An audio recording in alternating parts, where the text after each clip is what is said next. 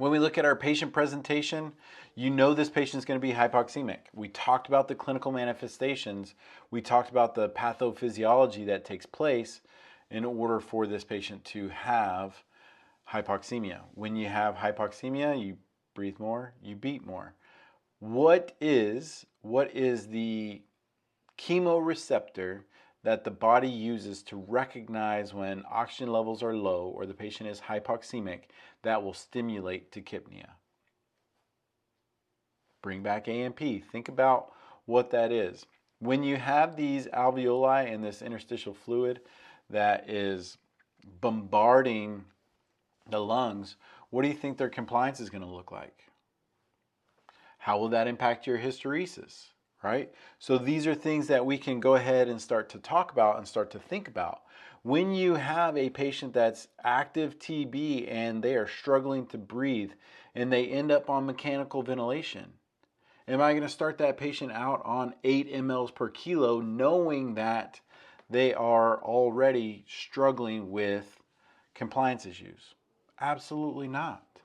These patients are going to present with pain. They're going to present with fear, with anxiety. We already talked about the tachycardia, the tachypnea. They're going to be hypertensive. They can show with chest pain. They can have decreased chest expansion. When you have somebody that has hypoxemia, right, what is a physical sign that we can see that lets us know that that patient's hypoxemic? If you said cyanosis, good job for you. When we have patients that have prolonged cyanosis, what will that do to their physical features? Yeah, they can end up with digital clubbing. We can even see peripheral edema. We can see venous distension. We're going to talk about that here in just one second. Another thing that's associated with that chronic hypoxemia, what do we see with COPDers with their CBC? With their CBC, we start to see an increase in red blood cells. What do we call that increase in red blood cells? Polycythemia. Remember, these patients are struggling to oxygenate, so their PaO2 is low. At some point, they're going to get tired of running this marathon, and that CO2 is going to go up. When that CO2 goes up, that pH comes down, and they become more acidotic, increasing my pulmonary vascular resistance, making it harder for the right ventricle to get blood out of the ventricle into the lungs. If I'm not getting all of that blood out of the ventricle into the lungs, I end up with blood remaining in extra blood, because we have blood that remains in the ventricles, but this is extra blood that remains in the ventricles so that it creates this backup, this backlog of blood. When that backlog backs up into the right atrium, it's going to back up into the superior and the inferior vena cava. When it does that, it's going to go to the jugular vein and it's going to go to the liver. Both of those, we can see JVD, you can palpate hepatomegaly, and that patient may have a tender liver. They're going to have a productive cough. What is your sputum going to look like? It's either going to be hemoptysis with bloody secretions, frank bright red blood, or you'll have greenish secretions. When we do our chest assessment, they're going to have an increase in tactile and vocal fremitus, dull percussion notes from all of that extra fluid, bronchial breath sounds, coarse, fine crackles, wheezes, pleural rub, whispered petriloquy, which tells me that that patient has consolidation.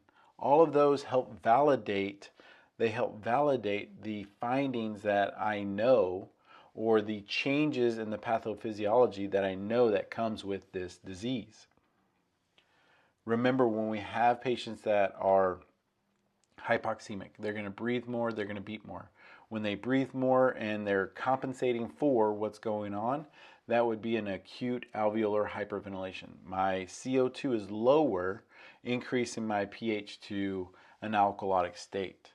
They're going to run out of gas at some point. That can lead to an acute ventilatory failure. So we'll have a type 1 and type 2 ventilatory failure from hypoxemia and CO2 not being eliminated. So an oxygenation problem and a ventilation problem. Remember, these patients can end up with pulmonary fibrosis. That fibrosis can lead to COPD-like responses with an increase in red blood cells, polycythemia, chronic pulmonary hypertension, JVD, right-sided heart failure, cor pulmonale, engorged liver, and a tender liver.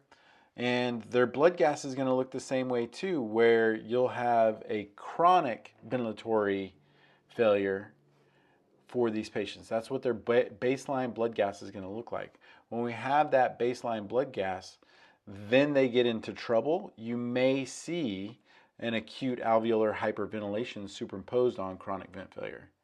And you could have an acute ventilatory failure superimposed on chronic vent failure.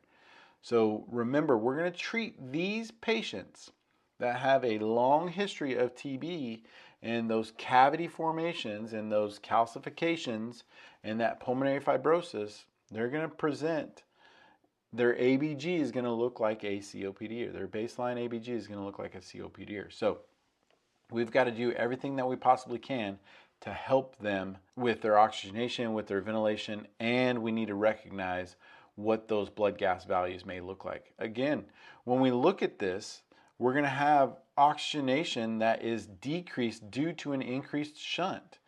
That alveolus is full of fluid. How well does oxygen swim through fluid? How well does carbon dioxide diffuse through fluid? It doesn't. So then you get a decrease in oxygenation from the alveoli into the pulmonary capillaries. From there, you have a patient who's got an increase in their oxygen consumption.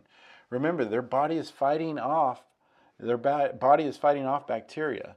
They're going to have a slight fever. They're going to have night sweats. They're going to have a chronic cough. These are all things that are going to increase that patient's oxygen consumption. Well, if I have poor oxygenation getting into the pulmonary capillaries, and I have a bunch of cells, tissues, and organs that are striving and fighting for oxygen, I could end up with a metabolic acidosis as well, where I have an increase in the lactate. Lots of things that come back into play when we talk about these conditions. So when we look at these oxygen indices a little bit further, you're going to get an increase in your CaO2 to CvO2, the carrying capacity of oxygen for the arteries and the carrying capacity of oxygen for the veins. This is going to be increased because so many cells, tissues, and organs that are wanting more oxygen so that they can function the way that they're supposed to. What that means is I'm going to have an increase in the O2 exchange ratio, meaning more oxygen is being used than what is available. When that happens, when you have a high demand and a low supply, on your back end, you end up having very little left over. So what I'm talking about is if I were to have my bank account set up to where I made my $500 a month and I spent $200 for living expenses. Well, let's say that my living expenses change to where I'm now costing myself $550 per month for my living expenses, but I still only have $500 coming in for my supply. Well, what's left over? Like less than a little. Like there's not very much that's left over on the SVO2, or the saturation of venous oxygen, when it comes to oxygen indices here. So oxygen indices, you will see this. These are elements that we can calculate from our arterial blood gases. You were introduced to them last semester in procedures and A&P. We're starting to see them in action here with our complex diseases. Next thing is hemodynamics. So when we look at hemodynamics, we have to recognize that everything behind the PVR is looking at the right side of the heart. Everything beyond the pulmonary, everything beyond the pulmonary capillary wedge pressure is looking at the left side of the heart. So left, left, left, left, left, left, left, left, right, right, right, right, right, right, right. Okay. When we look at the issue of tuberculosis, the issue is impacting the lungs. When we impact the lungs, we talked about the oxygenation, we talked about the ventilation, we talked about the acid base. That increases PVR. If I increase PVR, then I put a strain on the right ventricle. The right ventricle has to work harder, but does not always get all of the volume out that it's supposed to get out. That'll impact the pulmonary artery pressure. So not only will that PVR impact the pulmonary artery pressure and the right ventricular stroke work index, meaning the right ventricle has to work harder to evacuate every beat. It has to work harder to evacuate every beat to get all of the fluid out that it absolutely needs to overcome the opposition to flow, being the pulmonary vascular resistance. Once that fluid does not fully evacuate from the ventricle, it's going to back up into the right atrium. From the right atrium, we're going to see an increase in the CVP as well. So all of these 5 are right side of the heart. The rest of this is the left side of the heart. Pulmonary capillary wedge pressure, we have to fill a balloon that is at the end of the Swan-Ganz catheter or the pulmonary artery catheter, PAC, will inject air into a pilot that will inflate a balloon. It'll stop blood flow beyond the point of the balloon. From there, we can measure the pressures of the left side of the heart. We can only keep that balloon inflated for about 5 to 10 seconds. Anything beyond that, we start to get an infarction, and that's more damage and more problems than when we started. So we don't want to do that.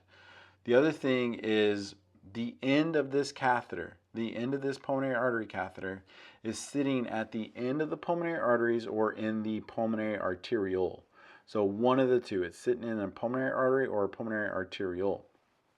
And with it inflated, it measures the left side of the heart. With it deflated, it's giving me the pulmonary artery pressure. So when we look at this, the right side of the heart is all going to be increased. When we look at the left side of the heart, it's either going to be decreased or normal pressures. So those two things, we need to recognize where the issue is and what happens to hemodynamics in front of and behind the issue. Chest x-ray, this is going to be very, very important when it comes to identifying and recognizing TB on our patients. You can see these cavitations, these lesions.